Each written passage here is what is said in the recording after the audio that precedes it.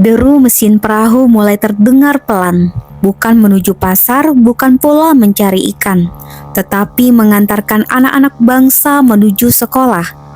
Mereka menempuh perjalanan panjang, menyusuri aliran air, melawan arus, panas dan hujan, demi satu tujuan, belajar dan meraih masa depan. SMP Negeri 3 Satapino Utara terletak di Desa Tengkajau, Kabupaten Melawi, Kalimantan Barat. Sekolah ini berdiri di pedalaman di antara hutan dan sungai di ujung jalan yang belum pernah dijamah oleh aspal. Untuk bisa sampai ke sekolah, guru harus menempuh perjalanan panjang, melewati jalan tanah yang berlumpur, menyeberangi jembatan kayu, bahkan ikut naik perahu bersama murid-murid, menyusuri sungai yang menjadi salah satu jalur menuju sekolah. Saat musim hujan tiba, lumpur menelan jejak langkah, sungai meluap, dan perjalanan menjadi semakin berat.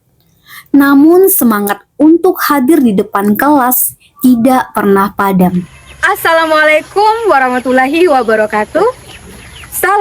Salam sejahtera, Om Swastiastu, Namo Buddhaya, salam kebajikan. Salam dari bumi Melawi, Kalimantan Barat. Perkenalkan, nama saya Nike Afra. Saya guru bahasa Indonesia yang mengajar di SMP Negeri 3 Satapino Utara. Walaupun kondisi sekarang sedang hujan, sedang gerimis, mereka tetap semangat untuk berangkat sekolah untuk menempuh pendidikan dan belajar di sekolah. Menjadi guru di wilayah 3T bukan sekedar hadir di ruang kelas, tapi menjadi jembatan antara dunia literasi, budaya, dan teknologi. Di tempat seperti ini, inovasi bukan lagi pilihan, melainkan kebutuhan agar setiap anak memiliki hak belajar yang bermakna.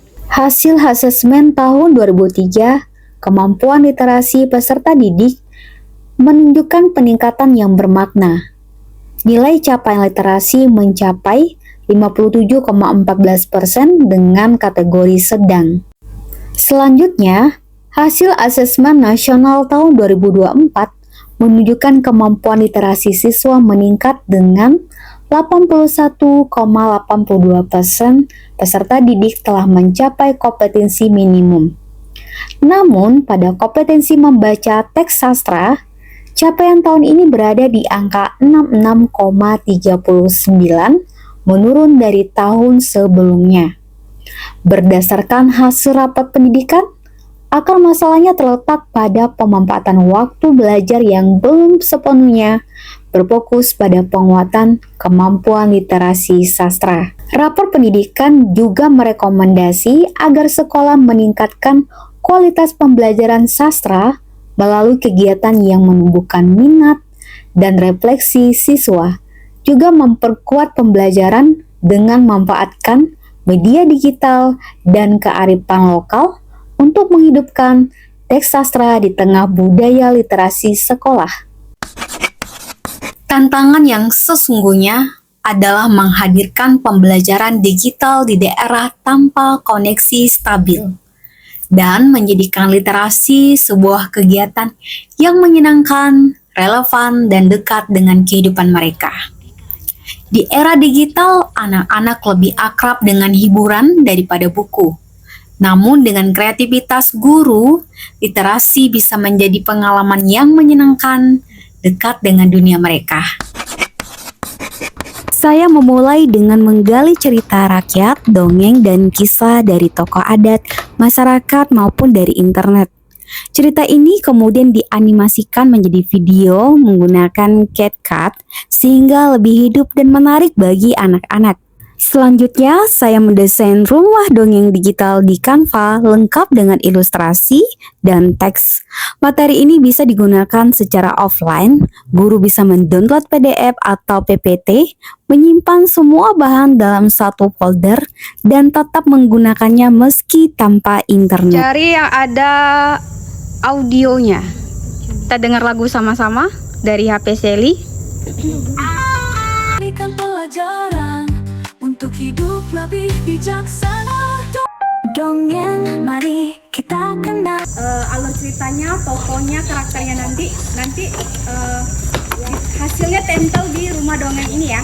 Ya, klik filmnya sama-sama. Akan menonton, boleh pakai laptop, pakai HP atau tablet. Akan berbagi.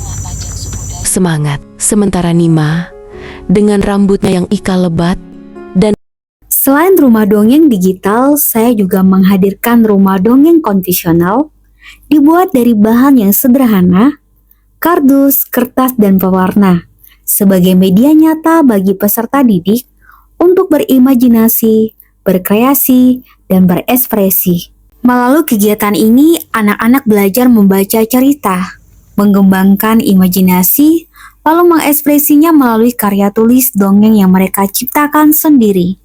Setiap karya tulis yang mereka hasilkan kemudian disunting dan dipublikasikan di rumah dongeng digital sebagai bentuk apresiasi dan kebanggaan atas hasil kreativitas mereka. Saya mengajak siswa SMP untuk mendampingi adik-adik SD belajar literasi digital sederhana.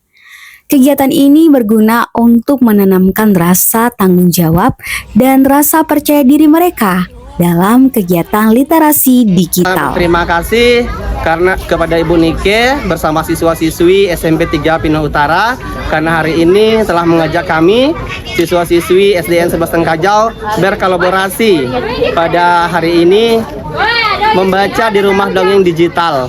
Dan hari ini anak-anak SD kami sangat senang dan antusias untuk mengikuti kegiatan hari ini.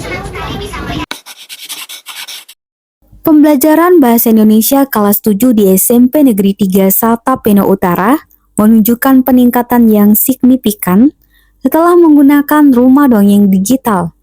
Dari 11 siswa, seluruhnya atau 100% mengalami peningkatan nilai.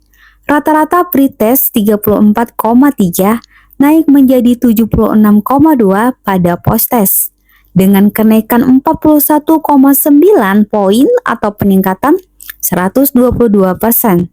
Nilai tertinggi meningkat hingga 43,75 poin dan terendah 39,5 poin.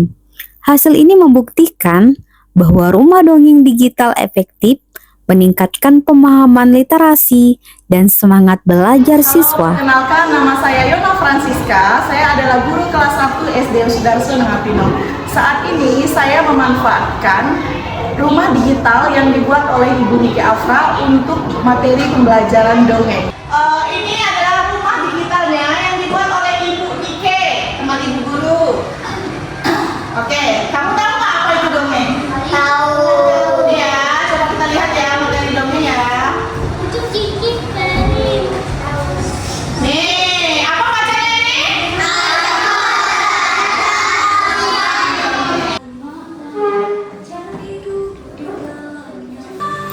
Rumah dongeng digital tidak hanya bermanfaat bagi siswa, guru di sekolah lain pun bisa memanfaatkannya sebagai sumber belajar.